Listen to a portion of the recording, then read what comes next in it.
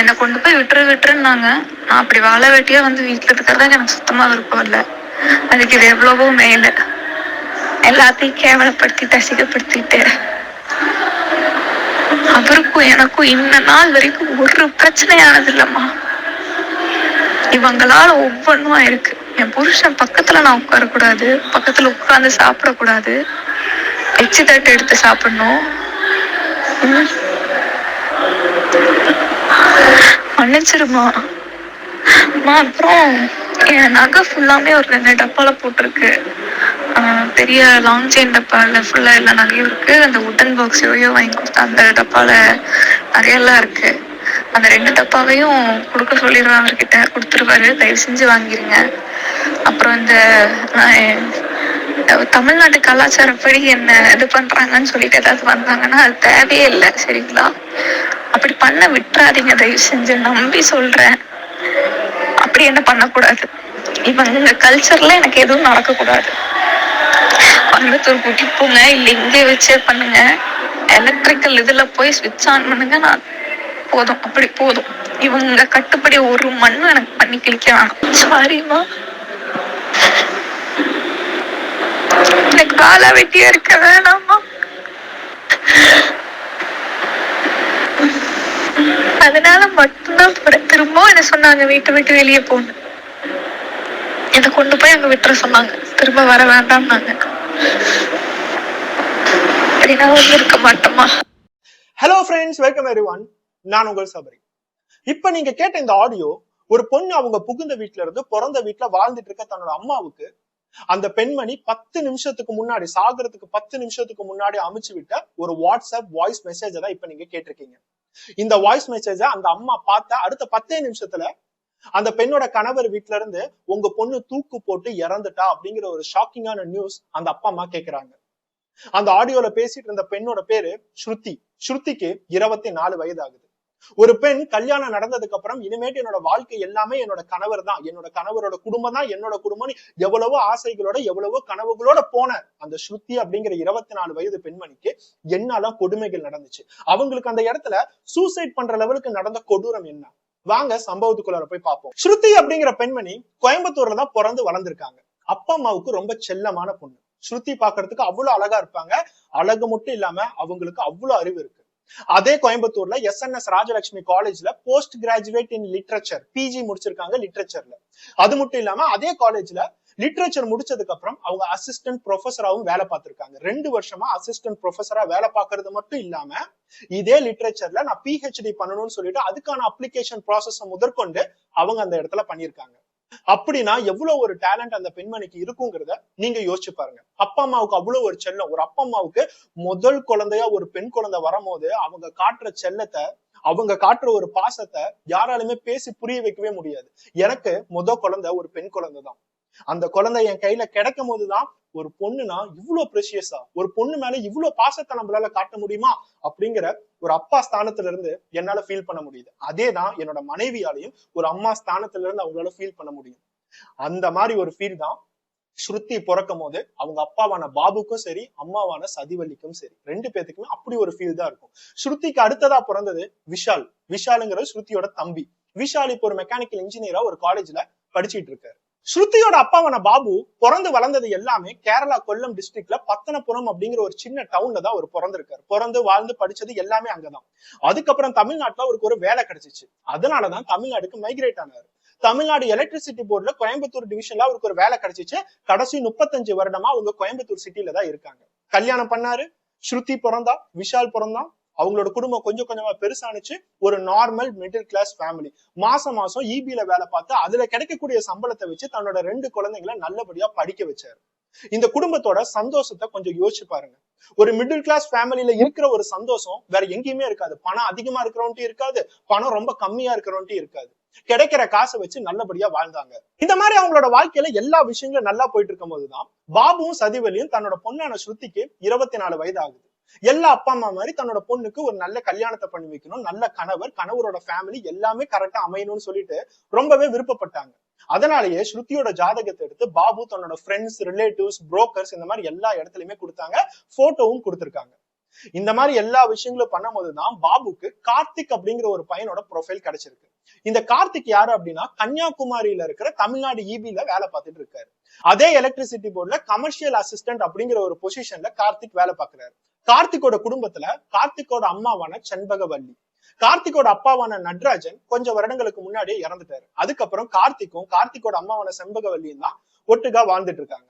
கார்த்திக்கு ஒரு அக்காவும் இருக்காங்க. அந்த அக்காவுக்கு கல்யாணமாகி வேற வீட்டுக்கு போயிட்டாங்க அப்படிங்கிற ஒரு ரெக்கார்ட்ஸும் நமக்கு எல்லாமே சொல்லுது. சோ இப்போ கார்த்திக்கும் அவங்க அம்மாவும் ரொம்ப பாசத்தோட தன்னோட அம்மா மேல எவ்வளவு பாசம் ஒரு பையன் வச்சிருப்பாங்கிறத யோசிச்சு பாருங்க. அப்பாலாம் இறந்ததுக்கு அப்புறம் தன்னோட அம்மாவை நான் பாத்துக்கணும்னு சொல்லிட்டு வெளியே எங்கேயும் போகாம எலக்ட்ரிசிட்டி போர்ட்ல அவனுக்கு ஒரு வேலை கிடைச்சிருக்கு, நிரந்தர சம்பளம், தன்னோட அம்மாவோட நிம்மதியா வாழ்ந்துட்டு இருக்கான். இந்த செண்பகவல்லியோட லைஃப் பாத்தீங்கன்னா கூட தன்னோட பையனை எந்த லெவலுக்கு ஆசையோட வளர்த்திருப்பாங்கிறத யோசிச்சு பாருங்க. ஒரு பையனை ஒரு அம்மா பொத்தி பொத்தி வளர்க்குறாங்க அப்படின்னா அவங்க எந்த லெவலுக்கு வளர்த்திருப்பாங்கிறது தமிழ்நாட்டுல இருக்கிற நிறைய குடும்பத்தை பார்த்தா நமக்கு நல்லாவே தெரியும்.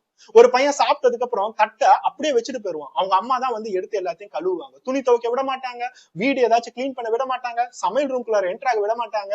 எல்லா பணிமுறைகளுமே அந்த அம்மாவே செய்வாங்க. அதுதான் அந்த அம்மா அந்த பையன் மேல வச்சிருக்க பாசம்னு சொல்லுவாங்க. அதே கேட்டகரியில தான் செண்பகவல்லியும் தன்னோட பையனை அந்த லெவலுக்கு பொத்தி பொத்தி வளர்த்திருக்காங்க. செண்பகவல்லிக்கும் ஒரே ஒரு கனவு மட்டும்தான், தன்னோட பையனுக்கு ஒரு நல்ல கல்யாணத்தை பண்ணி வைக்கணும், அவனுக்குன்னு சொல்லிட்டு ஒரு நல்ல மனைவி வரணும். நான் எப்படி என்னோட கணவரோட ரொம்ப சந்தோஷமா வாழ்ந்தனோ அந்த மாதிரி என்னோட பையனும் அவனோட மனைவியோட சந்தோஷமா வாழணும். இதே கனவுகளோட தான் அந்த கார்த்திகோட ப்ரொஃபைல், கார்த்திகோட ஜாதகத்தையும் வெவ்வேறு இடங்கள்ல கொடுக்க ஆரம்பிச்சாங்க. அப்படிதான் கார்த்திகோட ப்ரொஃபைல் பாபு வரைக்கும் போயிருக்கு. பாபுவும் இபில தான் வேலை பார்க்கறாரு, கார்த்திக்கும் எலக்ட்ரிசிட்டி போர்ட்ல தான் வேலை பார்க்கறாரு. சோ அவங்களோட ஃப்ரெண்ட்ஸ் கான்டாக்ட் மூலியமா பாபுக்கு ஓகே கார்த்திக் அப்படிங்கிறவரு கன்னியாகுமரியில எலக்ட்ரிசிட்டி போர்ட்ல கமர்ஷியல் அசிஸ்டண்டா வேலை பார்க்கறாரு, நிரந்தர சம்பளம், வீட்டுல அப்பா இல்ல, அப்பா இறந்துட்டாரு, அம்மா இருக்காங்க, சொந்த வீடு இருக்கு, இந்த மாதிரி எல்லா விஷயங்களுமே பாபுக்கு கிடைச்சிருக்கு. சோ இப்போ பாபுக்கும் சரி பாபுவோட மனைவிக்கும் கார்த்திக் நம்மளோட பொண்ணுக்கு நல்ல ஒரு ப்ரொஃபைலா இருப்பான், நல்ல ஒரு மேட்சா இருக்கான், பாக்குறதுக்கு ரொம்ப நல்ல பையன் மாதிரி இருக்கான், ரொம்ப அழகா இருக்காங்கிற எல்லா பேக்ரவுண்ட் செக்குமே பண்றாங்க. அவங்களோட குடும்பத்தை விசாரிக்கிறாங்க, கார்த்திகோட அக்காவை பத்தி விசாரிக்கிறாங்க, அவங்க அப்பா எப்படி இறந்தாருங்கிறத விசாரிக்கிறாங்க. பேக்ரவுண்ட் செக் எல்லாமே நீட்டா இருக்கு, குடும்பத்துல எந்த விதமான பிரச்சனையுமே இல்ல. அதனாலேயே கார்த்திகோட ப்ரொஃபைல் அவங்களுக்கு ரொம்பவே பிடிச்சிருச்சு. ஸ்ருதி கிட்ட கேட்கும் போது ஸ்ருதிக்கு அப்பா அம்மாவுக்கு என்ன பிடிச்சிருக்கோ அதேதான் எனக்கும் பிடிச்சிருக்கு. எக்ஸ்ட்ரா கார்த்திகோட போட்டோவை மட்டும் பாத்திருக்காங்க, கார்த்திக் பார்க்க அவ்வளவு அழகா இருக்கான், அதனால ஓகேன்னு சொல்லி ஸ்ருதியும் சொல்லிட்டாங்க. இதேதான் கார்த்திகோட வீட்லயும் செண்பகவல்லிக்கு ஸ்ருதியோட ப்ரொஃபைல் வந்திருக்கு, பொண்ணு பாக்குறதுக்கு அவ்வளவு அழகா இருக்கா, பொண்ணோட குடும்பம் பார்த்தா அவங்களும் ஒரு இபி ஃபேமிலியா தான் இருக்காங்க, பேக்ரவுண்ட் செக் எல்லாம் பண்ணிருக்காங்க, எல்லாமே நீட்டா தான் இருக்கு, அதனால தன்னோட பையனுக்கு ஒரு நல்ல மேட்சா இருக்கும்னு சொல்லிட்டு கார்த்திக் கிட்ட இந்த பொண்ணு பிடிச்சிருக்கான்னு கேட்கும் போது ரெண்டு பேத்துக்குமே பிடிச்சிருக்கு. ரெண்டு பேருமே மீட் பண்ணிருக்காங்க. ஒரு தமிழ்நாடு கல்யாணத்துல என்னெல்லாம் சம்பிரதாயங்கள் நடக்குமோ எல்லாமே நடந்திருக்கு. மாப்பிள்ளை வீட்டுக்கு பொண்ணு வீட்டுக்காரங்க வர்றது, பொண்ணை பாக்குறதுக்கு மாப்பிள்ளை வீட்டுக்காரங்க வர்றது, என்கேஜ்மெண்ட், இதெல்லாம் தாண்டி எப்பயும் போல மாப்பிள்ளை வீட்டுக்கு எவ்வளவு பிச்சை பொண்ணுமோ அவ்வளவு பிச்சையும் அவங்க போடுறதா ஒத்துருக்காங்க. ஏப்ரல் 21 2024 வருடம் இவங்க ரெண்டு பேத்துக்கும் நல்ல கிராண்டா ஒரு கல்யாணமும் நடந்திருக்கு. அந்த கல்யாண பொறுப்புகள் எல்லாத்தையுமே ஸ்ருதியோட அப்பாவே ஏத்துக்கிட்டாரு. அது மட்டும் இல்லாம 50 பவுண்ட் நகையும் 10 லட்சம் ரூபாய் பணமும் ரொக்கமா அப்படியே மாப்பிள்ளை வீட்டுக்கு பிச்சையும் தந்திருக்காரு. ஒரு மிடில் கிளாஸ் ஃபேமிலி மாசம் மாசம் அவர் சம்பாதிக்கிற காசை பல வருடங்களா சேர்த்து வச்சு எல்லாத்தையுமே தன்னோட பொண்ணோட கல்யாணத்துல இன்வெஸ்ட் பண்ணிருக்காரு. தமிழ்நாடு மட்டும் இல்லாம இந்தியா முழுக்க டவுரி டவுரி அப்படிங்கிற ஒரு பிச்சை போடுற ஒரு விஷயத்த தயவு செய்து விடுங்கன்னு சொல்லிட்டு எவ்வளவு பேருக்கு சொன்னாலும் ஒவ்வொரு பெண் வீட்டுக்காரங்களும் சரி அவங்க அப்பா அம்மா ரொம்ப வருடங்களா தன்னோட பொண்ணோட கல்யாணத்துக்கு சேர்த்து வைக்கிறோம்னு சொல்லிட்டு சேர்த்து வச்சுக்கிட்டு தான் இருக்காங்க, இந்த பிச்சையை கொடுத்துக்கிட்டு தான் இருக்காங்க. எதுக்காக கொடுக்குறாங்க? தன்னோட பொண்ணு போற இடத்துல எந்த குறையும் அவங்க சொல்லிடக்கூடாது அப்படிங்கிற ஒரு நம்பிக்கையில அவங்க எப்பயும் போல பண்றாங்க. இதே மாதிரிதான் இந்த கல்யாணமும் நடந்துச்சு. கல்யாணம் நடந்ததுக்கு அப்புறம் எவ்வளவோ கனவுகளோட தன்னோட பொண்ணு, தன்னோட செல்ல பொண்ணு, இத்தனை வருஷமா நம்ம கூடவே இருந்த பொண்ணு கன்னியாகுமரி வரைக்கும் போக போறோம், கோயம்புத்தூர்ல போற பொண்ணு கன்னியாகுமரியில நம்ம கட்டி தந்திருக்கோம், இனிமேட்டு தன்னோட பொண்ணை பாக்கணும்னா கூட நம்ம 4 மணி நேரம் பக்கம் டிராவல் பண்ணி போய் தான் நம்மளோட பொண்ணை பாக்கணும் அப்படிங்கிற கண்ணீரோட அந்த அப்பா அம்மா தன்னோட பொண்ணை அமைச்சு வச்சிருக்காங்க. இன்னொரு பக்கம் ஸ்ருதிக்கு அவ்வளவு ஒரு சந்தோஷம், நம்மளோட அப்பா அம்மா நம்மளை நல்லபடியா கல்யாணம் பண்ணி வச்சுட்டாங்க, இனிமேட்டு நமக்குன்னு சொல்லிட்டு கார்த்திக் இருக்கான், கார்த்திக் தான் என்னோட வாழ்க்கை, கார்த்திகோட குடும்பம் எல்லாத்தையுமே நம்ம ஏத்துக்கணும்னு சொல்லிட்டு எவ்வளவோ கனவுகளோட கார்த்திகோட வீட்டுக்கு போய் அந்த கன்னியாகுமரி அப்படின்னு நினைச்சாவே நமக்கு திருவள்ளுவர் தான் ஞாபகத்துக்கு வருவாரு. அந்த கன்னியாகுமரியில வாழ ஆரம்பிச்சிருக்காங்க. கல்யாணம் நடந்து 3 மாசம் ஸ்ருதி என்னெல்லாம் நினைச்சாங்களோ அவங்களோட லைஃப்ல எல்லாமே நடந்துச்சு. தன்னோட கணவரான கார்த்திக் நம்மளை நல்லா பாத்துக்கிறாரு, ஆசையோட பேசுறாரு, நம்மளே நல்லபடியா நேசிக்கிறாரு. அந்த கணவர்கிட்ட இருந்து வரக்கூடிய பாசம் எல்லாமே அவங்களுக்கு கிடைச்சிருக்கு. அதே மாதிரிதான் அவங்களோட வீட்டுல எந்த பிரச்சனையுமே இல்லாம இருக்கு. இன்னொரு பக்கம் நம்ம கல்யாணத்துக்கு முன்னாடி PhD படிக்கிறதுக்கான அப்ளிகேஷன் போட்டுக்கிட்டு இருந்தோம். கல்யாணத்தினால அது எல்லாத்தையும் ஸ்டாப் பண்ணி வச்சோம். திருப்பியும் அந்த அப்ளிகேஷனை போடணும், நம்ம PhD முடிக்கணும். எப்படி கோயம்புத்தூர்ல ஒரு அசிஸ்டன்ட் ப்ரொஃபஸரா வேலை பார்த்தோமோ கன்னியாகுமரியிலயும் நிறைய காலேஜஸ் இருக்கு, போய் ஒரு ப்ரொஃபஸர் வேலை பார்த்தே ஆகணும்னு சொல்லிட்டு அவங்க யோசிச்சாங்க. ஆனா 3 மாசத்துக்கு அப்புறம் அவங்களோட வாழ்க்கையில என்ன நடந்துச்சு அப்படிங்கறத அவங்களாலே நம்ப முடியல. கொஞ்சம் கொஞ்சமா அவங்களோட மாமியாரான செண்பகவல்லி கிட்ட மாற்றத்தை பார்க்க ஆரம்பிச்சாங்க. நம்ம முன்னாடியே சொன்ன மாதிரி அந்த வீட்டுல இருக்கிற செண்பகவல்லி அப்படிங்கிற அம்மாவுக்கு இருக்கிற ஒரே சொந்தம் தன்னோட பையனான கார்த்திக். அவங்க என்ன நினைச்சாங்கன்னு தெரியல, 3 மாதங்களுக்கு அப்புறம் அவங்களோட சுயரூபம் வேற மாதிரி வர ஆரம்பிச்சிச்சு. தன்னோட பையன் நம்மளை விட்டு ரொம்ப ஒதுங்கி போய்கிட்டே இருக்கான், மனைவி கூடயே பேசிட்டு இருக்கான், மனைவி கூடயே பழகிட்டு இருக்கான் அப்படிங்கிற ஒரு இன்செக்யூரிட்டி ஃபீலிங் அவங்களுக்கு வந்துச்சா, நம்மளை விட்டுட்டு மனைவி கூடவே போயிருவானோ அப்படிங்கறது அவங்களுக்கு தோணுச்சோ என்னமோ, அவங்களோட உண்மையான முகத்தை கொஞ்சம் கொஞ்சமா ஸ்ருதி கிட்ட காட்ட ஆரம்பிச்சாங்க. அவங்க எப்படி ஆரம்பிச்சாங்கன்னா, உங்க அப்பா போட்டிருக்க டௌரியான 50 பவுனும் சரி 10 லட்சமும் சரி எங்களுக்கு பத்தாது. என்னோட பையன் எலக்ட்ரிசிட்டி போர்டுல வேலை பாக்குறான். என் பையனுக்கு எத்தனையோ பேர் லைன்ல நின்றுட்டு இருக்கும் போது உன்னைய நான் எதுக்காக கோயம்புத்தூர்ல இருந்து கட்டி வச்சேன், இந்த டௌரிக்காகவா, இன்னும் எக்ஸ்ட்ரா டௌரி வேணும்னு சொல்லிட்டு டிமாண்ட் பண்ணிருக்காங்க. இது ஸ்ருதி ஆரம்பத்துல கேட்கும் போது அவங்களுக்குள்ள அவ்வளவு ஒரு ஷாக். 3 மாசமா அமைதியா இருந்த அம்மாவுக்கு இப்ப என்ன நடந்துச்சுங்கிறது ஸ்ருதிக்கே தெரியல. அதுக்கப்புறம் தன்னோட அப்பா அம்மா கிட்ட கொஞ்சம் கொஞ்சமா போன்ல பேசியிருக்காங்க, இங்க நடக்கிற கஷ்டங்கள் எல்லாத்தையுமே அவங்க அப்பா கிட்ட ஷேர் பண்ணிருக்காங்க. ஆனா என்னைக்குமே நீங்க டௌரி கொடுங்கப்பா, நீங்க கொடுத்தது பத்தலப்பா அப்படிங்கிறது அந்த பொண்ணு பாபு கிட்ட கேட்டதே இல்ல. ஒரு பக்கம் செண்பகவல்லி அப்படிங்கிற மாமியாருக்கு தன்னோட மருமகள் கஷ்டப்படுறா, நம்ம அந்த டௌரியை கேட்கும் போது அவளுக்கு கஷ்டமா இருக்கு அப்படிங்கிறது நல்லாவே தெரியும். அந்த ஒரு கஷ்டத்தை அவங்க பாத்துட்டாங்க அப்படின்னா அவங்களுக்குள்ளார என்ன ஒரு சந்தோஷம் வருதுன்னு தெரியல, அதை கொஞ்சம் கொஞ்சமா எக்ஸ்ட்ரா காம்ப்ளிகேட் பண்ணிக்கிட்டே போறாங்க. அவங்க என்னெல்லாம் பண்ணிருக்காங்கன்னா, அந்த மருமகள் சோஃபால தன்னோட பையனுக்கு பக்கத்துல உக்காரும் போது ஸ்ருதி கிட்ட என்னைக்குமே கணவரோட பக்கத்துல ஒட்டிக்கிட்டு உக்காராத, கணவருக்கு கீழே உக்காரு, அவன் சோஃபால உக்காடுறான் அப்படின்னா நீ கீழே காலு கிட்ட உக்காரு அப்படிங்கறத சொல்லியிருக்காங்க. உண்மையாவே அந்த அம்மா அந்த பொண்ணை மனைவியா பாக்குறாங்களா இல்ல ஒரு அடிமையா பாக்குறாங்களா அப்படிங்கறத இந்த வக்காரு எங்க வக்காரணும் அப்படின்னு சொல்றதுலயே நம்ம எல்லாத்துக்குமே தெரிஞ்சிருக்கும். எத்தனை பேரோட மைண்ட் செட்ல இந்த மாதிரி விஷயங்கள்லாம் திருப்பி திருப்பி ஓடிக்கிட்டு இருக்கு. ஒரு கணவர் தான் என்னைக்குமே ஒரு ராஜா, அவனுக்கு கீழே எத்தனை பொண்டாட்டிகள் இருந்தாலும் சரி அவங்க எல்லாமே அடிமையா தான் இருக்கணும் அப்படிங்கிற ஒரு மைண்ட் செட் உங்களுக்குள்ளார இருக்கு அப்படின்னா நீங்க மாறுறதுக்கான டைம் பல வருடங்களுக்கு முன்னாடியே வந்துருச்சு. இதெல்லாம் தாண்டி அந்த அம்மா என்ன சொல்லியிருக்காங்க, என்னோட பையன் சாப்பிட்டதுக்கு அப்புறம் தான் நீ சாப்பிடணும், உனக்கே பசிச்சாலும் சரி நீ செத்தாலும் சரி என் பையன் சாப்பிட்டதுக்கு அப்புறம் மட்டும்தான் நீ சாப்பிடணும். எங்களோட குடும்பத்துல எங்களோட கன்னியாகுமரியோட பழக்கத்துல எல்லாத்துலயும் தன்னோட பெண்கள் கணவர் சாப்பிட்டதுக்கு அப்புறம் தான் சாப்பிடுவாங்களாம். அந்த அம்மாவுக்கு கோயம்புத்தூர் கன்னியாகுமரியும் தமிழ்நாட்டுலதான் இருக்குன்னு தெரியுதா அப்படிங்கறதே ஒரு டவுட்டா தான் இருக்கு. இல்ல கோயம்புத்தூர் வேற ஸ்டேட்ல இருக்கு, கன்னியாகுமரி வேற ஸ்டேட்ல இருக்குன்னு நினைக்கிறாங்களோ என்னமோ. ஒவ்வொருத்தவங்களும் அவங்களுக்கு பசிக்கும் போது அவங்க சாப்பிடணும், அதுதான் நியாயமான ஒரு விஷயம், அதுதான் எல்லாத்துக்கும் நடைமுறையே. அது எத்தனையோ வருடங்களுக்கு முன்னாடி பிறந்த பாட்டி காலத்துல இருந்து எல்லாமே அப்படிதான் பண்ணிட்டு வராங்க. ஆனா இவங்களோட குடும்பத்துல எதுக்காக ஒரு பையன் சாப்பிட்டதுக்கு அப்புறம் ஒரு பொண்ணு சாப்பிடணும் அப்படின்னு சொல்றாங்களோ தெரிய வருது. இதெல்லாம் தாண்டி என்னோட பையன் சாப்பிட்ட அதே எச்சு தட்டுலதான் நீ சாப்பிடணும், உனக்குன்னு சொல்லிட்டு புது தட்டுலாம் இல்ல, அந்த வீட்டுல தட்டுக்கு பஞ்சமோ என்னமோ எச்சு தட்டுல சாப்பிட சொல்றாங்க. இந்த மாதிரி சம்பிரதாயங்கள்லாம் நீங்க நிறைய இடங்கள்ல கேள்விப்பட்டிருப்பீங்க. ஆனா உண்மையானுமே உங்க அப்பா அம்மாவே அதை செய்யறாங்களா அப்படிங்கிறது உங்களுக்கு தெரியாது. நிறைய அப்பா அம்மாவே இப்ப எவ்வளவோ ஃபார்வர்டா போகி அவங்களுக்கு பசிக்கும் போது சாப்பிட ஆரம்பிக்கிறாங்க, அவங்க கணவர் அவங்களே சாப்பாடு எடுத்து போட்டு சாப்பிட ஆரம்பிக்கிறாங்க, அவங்களா துணி துவைக்கிறாங்க. ஒரு மனைவி என்னெல்லாம் கஷ்டத்தை படக்கூடாதுன்னு நினைக்கிற ஒரு கணவர் எல்லா விஷயங்களும் அவங்களே செய்யறாங்க, வீடு துடைக்கிறாங்க, சமையல் செய்யறாங்க. இந்த மாதிரி கணவர்களை நிறைய வருடங்களுக்கு முன்னாடி இருந்தே நம்ம பார்த்துட்டு இருக்கோம். அவங்கள புதுசா உருவான கேட்டகரியிலே இல்ல. நீங்க என்ன நினைப்பீங்க, இப்ப இருக்க ஒரு 20-25 வயசு பசங்க தான் இது எல்லாத்தையுமே செய்ய ஆரம்பிக்கிறாங்க அப்படிங்கிறது நிறைய பேரோட தாட்ஸ். ஆனா 50 வயசு 60 வயசுல இருக்கிற கணவர்களே இது எல்லாத்தையும் செய்ய ஆரம்பிச்சுட்டாங்க.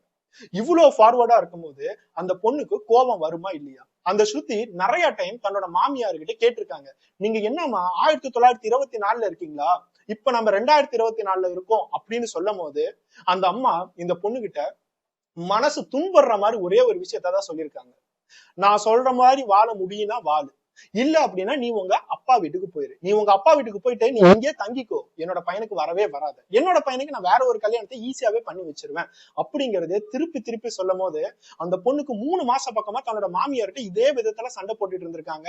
அந்த ஸ்ட்ரெஸ்ல அவங்களுக்கு என்ன பண்றதுன்னே தெரியல. ஒரு பக்கம் மாமியார் சொல்ற மாதிரி நான் என்னோட அப்பா அம்மா வீட்டுக்கு போனேன் அப்படின்னா என்னோட அப்பா அம்மாவை அங்க இருக்கிறவங்க எல்லாருமே கேவலமா பார்ப்பாங்க, ஒரு பொண்ணு தன்னோட வீட்டுக்கு வந்தாங்க அப்படின்னா அந்த பொண்ணு மேலதான் எல்லாமே தப்பு சொல்லுவாங்க. ஏன் கணவர் கூட இவளுக்கு அட்ஜஸ்ட் பண்ணிட்டு வாழ தெரியாதா இப்படிங்கிற ஒரு கேள்விதான் உலகமே என்னை பார்த்து கேட்கும். ஏன் மாமியார் கூட அட்ஜஸ்ட் பண்ணிட்டு வாழ முடியாதா அப்படிங்கிற ஒரு கேள்வியும் கேட்கும். இது எல்லாத்தையும் சத்தியமா என்னால தாங்க முடியாது. என்னோட அப்பா அம்மா வீட்டுக்கு போனேன் அப்படின்னா திருப்பி இவங்க கூப்பிடுவாங்கிற நம்பிக்கையும் எனக்கு இல்ல. சோ எங்க அப்பா அம்மாவுக்கு பாரமா இருக்கிறது எனக்கு விருப்பமே இல்ல. அதே மாதிரி இவங்க சொல்ற மாதிரி இவங்களோட கலாச்சாரத்துல வாழ்றதுக்கு எனக்கு இஷ்டம் இல்ல. என்னோட வாழ்க்கைய நான் முடிச்சுக்கிறேன்னு எவ்வளவு துன்பத்தோட எவ்வளவு ஒரு ஸ்ட்ரெஸ்ஃபுல்லான ஒரு டிசிஷன் அவங்க எடுத்து அத ஒரு வாட்ஸ்அப் வாய்ஸ் மெசேஜா கடைசியா தன்னோட அம்மாவுக்கு அமைச்சு வச்சிருக்காங்க. அந்த சதிவெள்ளி அப்படிங்கிற அம்மா அக்டோபர் 21 ஏப்ரல் 21 இந்த கல்யாணம் நடந்திருக்கு. கரெக்டா 6 மாசத்துல அக்டோபர் 21 இப்படி ஒரு வாய்ஸ் மெசேஜ் கிடைச்சோன்னே இமீடியட்டா சரி குடும்பத்தோட ஒரு கார் எடுத்துட்டு உடனே கன்னியாகுமரிக்கு போறாங்க. என்ன நடந்தாலும் பரவாயில்ல, கன்னியாகுமரிக்கு போய் தன்னோட பொண்ணை நம்ம கூட்டிட்டு வந்துருவோம், அவளோட கணவரோட அவங்களோட குடும்பத்தோட இருக்கணும் அப்படிங்கிற எந்த அவசியமே இல்லைன்னு சொல்லிட்டு கார் எடுத்துக்கிட்டு போறாங்க. அடுத்த 10 நிமிஷத்துல கார்த்திகோட வீட்டுல இருந்து கார்த்திகோட அக்கா பாபுக்கு கால் பண்றாங்க. அதாவது ஸ்ருதியோட அப்பாவுக்கு கால் பண்ணி இந்த மாதிரி உங்களோட பொண்ணு தூக்கு மாட்டி சூசைட் பண்ணி இறந்துட்டாங்க அப்படிங்கிற ஒரு ஷாக்கிங்கான விஷயத்த சொல்றாங்க. கொஞ்சம் யோசிச்சு பாருங்க, 10 நிமிஷத்துக்கு முன்னாடி ஒரு வாய்ஸ் மெசேஜ் இப்படி வருது, காப்பாத்தலாமே, என்னோட பொண்ணு பெருசா எதையும் செய்ய மாட்டா அப்படின்னு யோசிச்சு போன அம்மாவுக்கு அடுத்த 10 நிமிஷத்துல தன்னோட பொண்ணு செத்தே போயிட்டா அப்படிங்கிற ஒரு கொடூரமான ஒரு விஷயம் அவங்களுக்கு தெரிய வருது. அந்த அப்பா அம்மா குழந்தை, ஒரு பெண் குழந்தை கையில எடுத்து வைக்கும் போது அந்த குழந்தை மேல காட்டின பாசம் இப்ப அடுத்ததா அவங்க போய் அதே குழந்தையோட பிணத்தை தான் பார்க்க போறாங்க. ஒரு அப்பா அம்மாவுக்கு என்னைக்குமே நடக்கக்கூடாத ஒரு கொடூரம் என்ன அப்படின்னா தன்னோட பையனோ பொண்ணுக்கோ அவங்க மட்டும் கொல்லி வச்சிடவே கூடாது அப்படின்னு தான் நினைப்பாங்க. அந்த பாபுவோட நிலைமையை கொஞ்சம் யோசிச்சு பாருங்க. அந்த கார் ஸ்ட்ரெயிட்டா கார்த்திகோட வீட்டுக்கு போகல, அதே கன்னியாகுமரியில இருக்கிற சுசீந்திரம் அப்படிங்கிற ஏரியாலதான் அந்த கார்த்திகோட வீடு அமைஞ்சிருக்கு. அந்த சுசீந்திரம் அப்படிங்கிற போலீஸ் ஸ்டேஷனுக்கு போய் கம்ப்ளைண்ட தராங்க. இந்த மாமியார் என்னோட பொண்ணுகிட்ட எவ்வளவு கொடூரமா நடந்திருக்காங்க, டவுரின்னு சொல்லிட்டு எத்தனை நாள் சண்டை போட்டிருக்காங்க. அந்த மாமியார் மட்டும் இல்லாம அந்த மாப்பிள்ளையான கார்த்திக் மேலேயும் கம்ப்ளைண்ட் தந்திருக்காங்க. ஸ்ருதி அவங்களோட வீடியோல எவ்வளவு கிளியரா சொல்லியிருக்காங்கன்னா என்னோட கணவர் என் மேல அன்பாதான் இருக்காரு, என் மேல எல்லா பாசத்தையும் காட்டுறாரு, ஆனா எங்களுக்குள்ளாரையே நிறைய டைம் சண்டை வருது. அதுக்கான முக்கியமான காரணமே என்னோட மாமியார் தான். என்னோட மாமியாருக்கு நானும் என்னோட கணவரும் சேர்ந்து இருக்கிறது பிடிக்கவே இல்லை. அவங்களுக்கு எதனால பிடிக்கலங்கிறது எனக்கு தெரியல. எவ்வளவு துன்புறுத்த முடியுமோ, எவ்வளவு ஒரு கட்டுப்பாடுகளை கொடுத்து இதுதான் சம்பிரதாயம் இதுதான் கல்ச்சர்னு சொல்லி திணிக்க முடியுமோ எல்லா தப்பான விஷயத்தையும் என் மேல திணிச்சிட்டு இருக்காங்க அப்படிங்கிற ஒரு கோபம், அப்படிங்கிற ஒரு ஆதங்கத்தை அவங்களுக்கு யார் மேல காட்டுறதுன்னு தெரியல, தன் மேலேயே காட்டி கடைசியா சூசைட் பண்ணிக்கிட்டாங்க. அக்டோபர் 21 2024 வருடம் திங்கக்கிழமை தான் ஸ்ருதி சூசைட் பண்ணி இறந்திருக்காங்க. இறந்ததுக்கு அப்புறம் இம்மீடியட்டா ஹாஸ்பிட்டல் கூட்டிட்டு போயிருக்காங்க. ஹாஸ்பிட்டல்ல அவங்க ஆல்ரெடி இறந்துட்டாங்க அப்படிங்கறது கன்ஃபார்ம் ஆகுது. போலீஸ் கேஸ் ஃபைல் ஆகுது. போஸ்ட்மார்ட்டம் ரிப்போர்ட்லயும் இவங்க தூக்கு மாட்டி தான் இறந்திருக்காங்க அப்படிங்கிற ஒரு சூசைடும் கன்ஃபார்ம் ஆகுது. கல்யாணமாகி வெறும் 6 மாசத்துல இந்த ஸ்ருதி அப்படிங்கிற பெண்மணி சூசைட் பண்ணி இறந்திருக்காங்க. ஒரு பக்கம் அவங்களோட பெற்றோர்களும் வந்து கம்ப்ளைண்ட் தந்திருக்காங்க, இன்னொரு பக்கம் ஹாஸ்பிட்டல்ல இருந்து ஒரு கம்ப்ளைண்ட் ரைஸ் ஆயிருக்கு. அதே சுசீந்திரம் போலீஸ் ஸ்டேஷன்ல டைரக்டா ஒரு எஃப்ஐஆர் ரைஸ் பண்ணி ஒரு பக்கம் வந்து கார்த்திகை அரெஸ்ட் பண்றாங்க, இன்னொரு பக்கம் செண்பகவல்லி அரெஸ்ட் பண்றதுக்காக அதே டிஸ்ட்ரிக்ட்ல இருக்கிற ஒரு ஹாஸ்பிட்டலுக்கு போய் பாக்குறாங்க. ஏன்னா செண்பகவல்லி தன்னோட மருமகள் என்னோட கொடுமையாலதான் இறந்துட்டா, என்னோட கொடுமையாலதான் சூசைட் பண்ணி இறந்துட்டான்னு தெரிஞ்ச அந்த மாமியாரால தாங்க முடியல. அடுத்தது யாரு நம்மளை பத்தி என்ன பேசுவாங்களோ, நம்ம செஞ்சது ஒரு பெரிய தப்பாயிடுச்சு அப்படிங்கிற ஒரு கில்ட்ல அவங்களும் சூசைட் அட்டம் பண்ணிருக்காங்க. வீட்டுல இருக்கிற ஒரு பூச்சி மருந்து பாய்சன் எடுத்து குடிச்சிருக்காங்க. அதுக்கு அடுத்தது அவங்கள சீரியஸான கண்டிஷன்ல போய் ஒரு வென்டிலேட்டர் சப்போர்ட் கொடுத்து ஒரு ஹாஸ்பிட்டல்ல வச்சிருக்காங்க. ஆரம்பத்துல அவங்க கொஞ்சம் கொஞ்சமா ரெக்கவர் ஆகுற மாதிரி தெரியும் போது போலீஸ் அவங்களோட என்கொயரி பண்ணிருக்காங்க. ஆனா அவங்க ஃபுல்லா ரெக்கவரி ஆகல. அக்டோபர் 28 அவங்க சூசைட் அட்டம் பண்ண ஒரே வாரத்துல அவங்க வென்டிலேட்டர் சப்போர்ட்ல இருந்து எந்த பயனும் இல்லாம அதே ஹாஸ்பிட்டல்ல இறந்துட்டாங்க. ஒரே வாரத்துல மருமகளும் இறந்திருக்காங்க, மாமியாரும் இறந்திருக்காங்க. 2 பேருமே சூசைட் பண்ணிருக்காங்க. இந்த சம்பவத்தை நான் உங்ககிட்ட சொல்லும் போதும் சரி, நீங்க கேட்கும் போதும் சரி, ஒரு சொசைட்டியா நம்ம எல்லாருமே கேவலப்படதான் செய்யணும். ஏன்னா தமிழ்நாட்டுல இன்னமும் இந்த மாதிரி ஒரு விஷயம் நடந்துகிட்டு இருக்கு. இன்னமும் பிச்சையை போட்டுட்டுதான் இருக்காங்க, பிச்சையை கேட்டுட்டுதான் இருக்காங்க. இன்னமும் தன் வீட்டுக்கு வரக்கூடிய ஒரு மருமகளை வேலைக்காரி மாதிரி ஒரு அடிமை மாதிரி நடத்திட்டு தான் இருக்காங்க. அப்படிங்கிறது தெரிய வரும்போது உண்மையாலுமே நம்ம எல்லாமே கேவலப்பட்டுதான் ஆகணும். இந்த டவுரி அப்படிங்கிற ஒரு விஷயத்த கேரளால எவ்வளவு இடங்கள்ல நடந்திருக்கு. டவுரின்னு கேட்டு அந்த கேரளால எத்தனை பெண்கள் இறந்திருக்காங்கன்னு எத்தனையோ மாசத்துக்கு முன்னாடி நிறைய வீடியோக்களை நான் உங்களுக்கு போட்டேன்.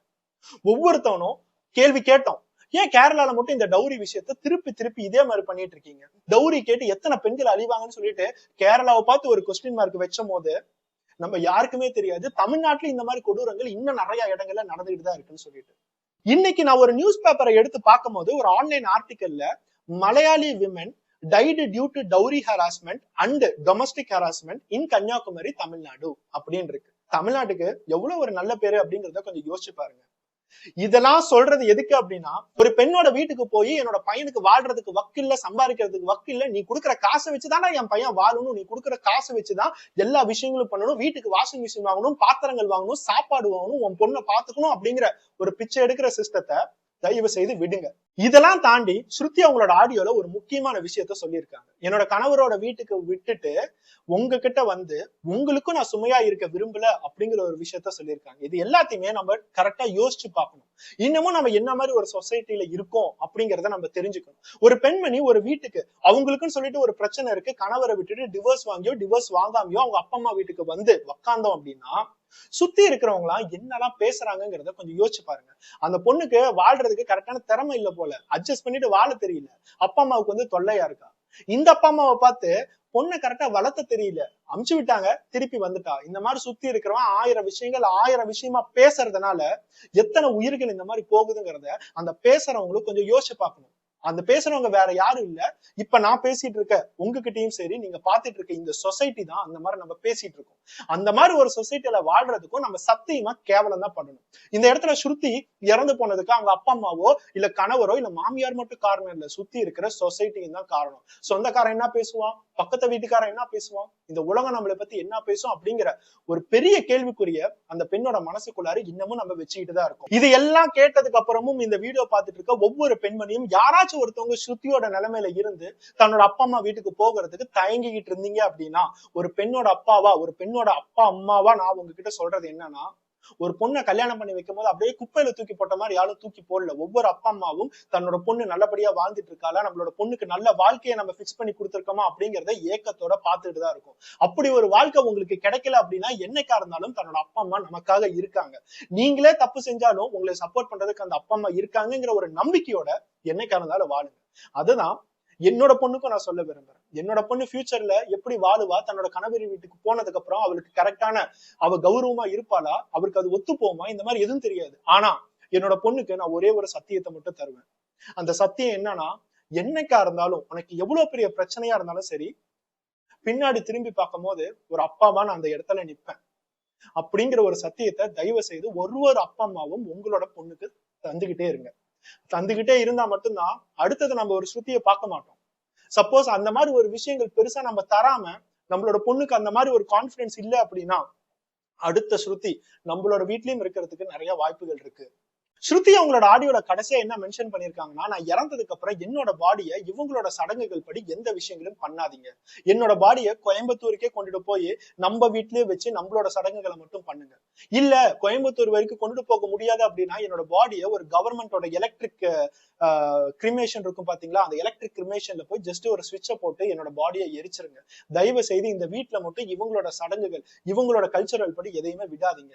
நான் இறந்ததுக்கு அப்புறம் கூட என்னோட பாடியை இவங்களோட சடங்குகள் படி பண்ணக்கூடாது. சடங்குகள் கல்ச்சர் கல்ச்சர் கல்ச்சர்னு சொல்லிட்டு சம்பிரதாயம்னு சொல்லிட்டு என்னை இவ்வளவு நாள் கஷ்டப்படுத்தினது போதும், என்னோட பிணத்தையே இவங்க கஷ்டப்படுத்திட போறாங்க அப்படின்னு சொல்லும் போது ஒரு பெண்மணிக்கு மனசுல எவ்வளவு வலி இருக்கும் அப்படிங்கறத யோசிச்சு பாருங்க. இந்த எல்லா விஷயங்களும் பேசும்போது நான் அந்த மாமியாரை மட்டுமே டார்கெட் பண்றேன்னு சொல்லி தயவு செய்து நினைக்காதீங்க. ஒவ்வொரு கணவரும் இந்த இடத்துல ஈடுபட்டு இருக்காங்க.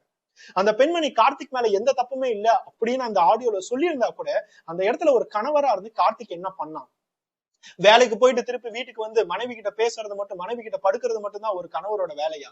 அதை தவிர்த்து அந்த மனைவிக்கு வீட்டுல என்ன பிரச்சனைகள் வருது அப்படிங்கிறத ஒரு கணவரா இருந்து கேட்கவே இல்லையா? இதுதான் என்னோட ஒரு மிகப்பெரிய கேள்வி. அந்த இடத்துல ஒரு கணவரா இருந்து தன்னோட மனைவி என்ன மாதிரி ஒரு கஷ்டத்தை அனுபவிக்கிறா அப்படிங்கிறத ஒவ்வொரு கணவரும் தெரிஞ்சுக்கிட்டே ஆகணும். ஏன்னா நம்மளோட வீட்டுல நம்ம அம்மா தான் நம்மளை பத்தி எல்லா விஷயங்களும் யோசிச்சுட்டு இருப்பாங்க, நம்ம மேல கேர் எடுத்துக்குவாங்க. நம்ம அம்மா தான் முக்கியம்னு சொல்லி வாழ்ந்துட்டு இருக்க நம்மள மாதிரி பசங்களுக்கு அவங்களோட அம்மாவை விட்டுட்டு வர அந்த பொண்ணு நம்மளோட மனைவி அவங்களோட வீட்டுல இருக்கிற அவங்களுக்கும் முக்கியமான ஒரு அம்மாவை விட்டுட்டு நம்ம கூட வாழ வரவங்க கிட்ட எந்த லெவலுக்கு மரியாதை காட்டணும், எந்த லெவலுக்கு ஆசையோட இருக்கணும், எந்த லெவலுக்கு அவங்களை சப்போர்ட் பண்ணணும் அப்படிங்கிறத ஒவ்வொரு கணவரும் தெரிஞ்சுக்கணும். இது வரைக்கும் எத்தனை கணவர்கள் அதை தெரிஞ்சுக்கிறீங்க, எத்தனை கணவர்கள் தப்பு பண்ணிருப்பீங்க அப்படின்னு தெரியல. ஆனா தயவு செய்து அட்லீஸ்ட் இந்த ஒரு சம்பவத்தை கேட்டதுக்கு அப்புறம், இந்த ஒரு வீடியோவை பார்த்ததுக்கு அப்புறமாவது ஒரு கணவரா தன்னோட மனைவிக்கு என்ன சப்போர்ட் பண்ணணும் அப்படிங்கறத தெரிஞ்சுக்கோங்க. இது எல்லாத்தையும் தாண்டி நம்ம எல்லாரும் முக்கியமா ஒரு விஷயத்த புரிஞ்சுக்கணும். இந்த இடத்துல அந்த மருமகளா இருந்தாலும் சரி, மாமியாரா இருந்தாலும் சரி, 2 பேருமே ஏதோ ஒரு ரீசனுக்காக சூசைட் பண்ணிருக்காங்க. அது எவ்வளவு பெரிய ரீசனா கூட இருக்கட்டும், ஆனா என்னைக்குமே யாருக்காகவும் நம்ம உயிரை விடுற அளவுக்கு யாருமே ஒர்த் இல்ல. சூசைட் அப்படிங்கிற ஒரு விஷயம் எதுக்குமே முடிவில்லை அப்படிங்கறத தயவு செய்து தெரிஞ்சுக்கோங்க. அந்த சூசைட் அப்படிங்கிற விஷயத்தால இப்ப எத்தனை பேர் பாதிக்கப்பட்டிருக்காங்க அப்படிங்கறதும் புரிஞ்சுக்கோங்க. இந்த இடத்துல ஸ்ருதி சூசைட் பண்றதுக்கு பதிலா அவங்க அப்பா அம்மா வீட்டுக்கு போயிருந்தாவே அந்த அப்பா அம்மாவுக்கு எவ்வளவு பெரிய சந்தோஷம். ஒரு அப்பா அம்மாவா தன்னோட பொண்ணு சூசைட் பண்ணி பிணமா பார்த்து அவளுக்கு கொல்லி வைக்கிறத விட, அவளோட வாழ்க்கையை விட்டுட்டு, அவளுக்கு பிடிக்காத ஒரு வாழ்க்கையை விட்டுட்டு எங்க கூட வந்து தங்குறது தான் ஒரு அப்பா அம்மாவுக்கு ஒரு பெருமையான விஷயமே. அந்த இடத்துலதான் ஒரு அப்பா அம்மா கல்யாணம் பண்ணி வைக்கிறத விட, என்னோட பொண்ணு அவளோட வாழ்க்கையை தேர்ந்தெடுத்து எங்களுக்கு முக்கியத்துவம் கொடுத்து எங்க வீட்டுல வந்து இருக்கா அப்படிங்கிற கர்வத்தோட ஒரு அப்பா அம்மா உட்காரணும். அவளைதான் நான் கேட்டுக்கிறேன். தயவு செய்து ஃபேமிலி இஷ்யூஸ்க்காகவோ எந்த இஷ்யூஸ்க்காகவோ மரணம், சூசைட் அப்படிங்கிற ஒரு விஷயத்த யாரும் தேர்ந்தெடுக்க வேண்டாம். நான் எப்பயுமே சொல்ற மாதிரி நம்ம இந்தியால இன்னமும் நிறைய கிராமங்கள்ல வயிறுல இருக்கிறது பெண் குழந்தை அப்படின்னு தெரிஞ்சா அடிக்கிற சிஸ்டம் நடந்துகிட்டு தான் இருக்கு. எத்தனையோ பேர் கருவழியா அடிக்கிறாங்க. அதுக்கான முக்கியமான காரணமே இந்த மாதிரி விளைவுகள் தான்.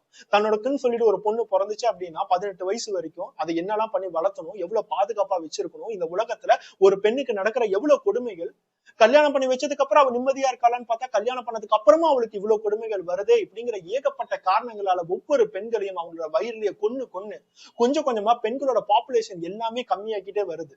40 வயசு 45 வயசுல எல்லாம் கல்யாணம் ஆற பசங்களை நீங்க பாத்திருப்பீங்க. இன்னமும் இந்த வீடியோ பார்த்துட்டு இருக்க எத்தனை அப்பா அம்மா தன்னோட பையனுக்கு தேடிக்கிட்டே இருக்கீங்க, பையனுக்கு 35 வயசு ஆகுது, 38 வயசு ஆகுது, கல்யாணம் பண்ணிக்கிறதுக்கு ஒரு பொண்ணு கிடைக்கலன்னு சொல்லிட்டு எத்தனை பேர் யோசிச்சுட்டு இருப்பீங்கன்னு தெரியல.